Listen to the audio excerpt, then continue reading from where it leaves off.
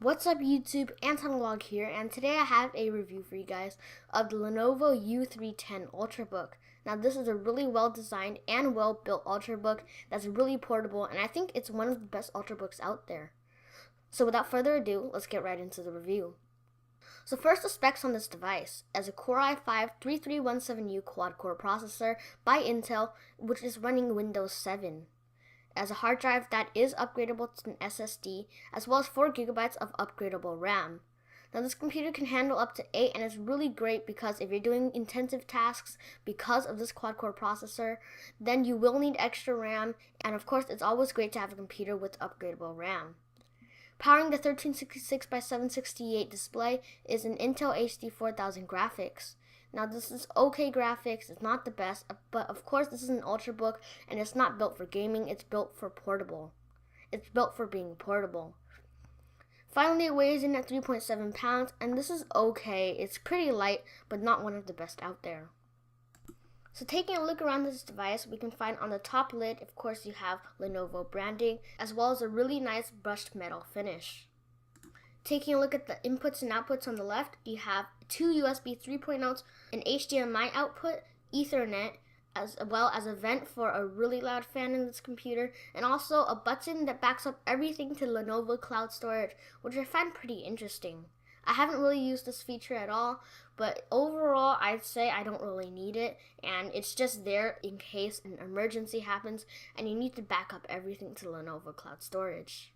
Flipping it around to the other side, we can see we have a headphone jack, a USB 2.0 slot, and of course a proprietary charger from Lenovo that charges your laptop.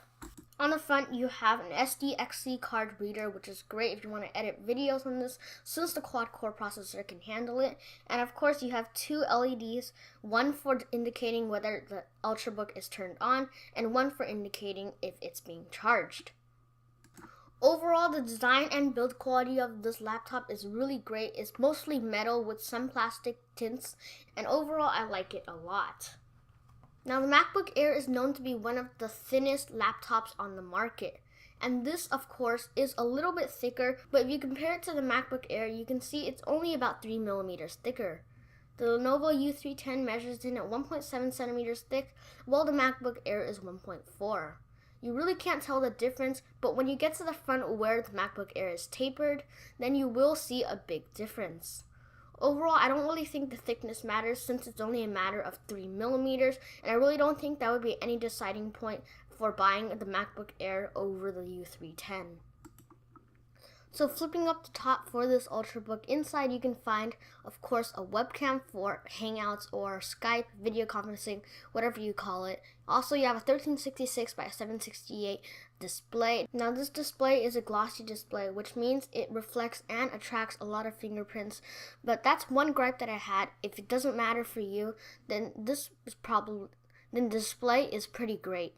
The color reproduction is great, however, you can see pixels because it is only a 720p display, and of course not a 1080p display.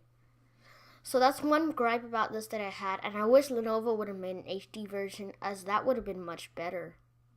Underneath that display, you will find Lenovo branding and a U310 logo. If you look at the keyboard and trackpad, you can see that it kind of resembles a MacBook Air or a MacBook Pro.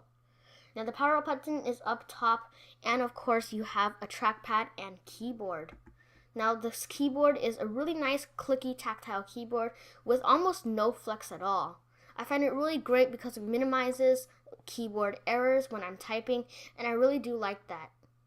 Now of course it has function keys and everything that you would need for Windows gestures or whatever you want to do on Windows, so it's always nice to have those.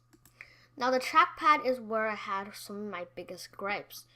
It was great and glossy and really smooth, and it was also very big. However, the pinch to zoom just wouldn't work at all. The 2-finger scrolling was great. Everything else except for the pinch to zoom seemed to work.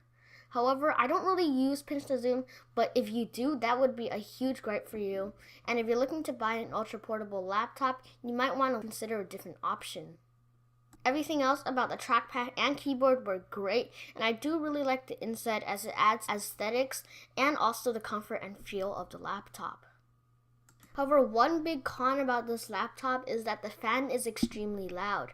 The minute you turn it on, it starts booting up and the fan becomes really loud and it's kind of obnoxious when you're trying to do work. It also kind of defeats the purpose of playing music softly if you're listening to music or watching a video, because the fan is so powerful that it will pretty much isolate the music or audio that's coming out of your speakers if you're playing it at low volume.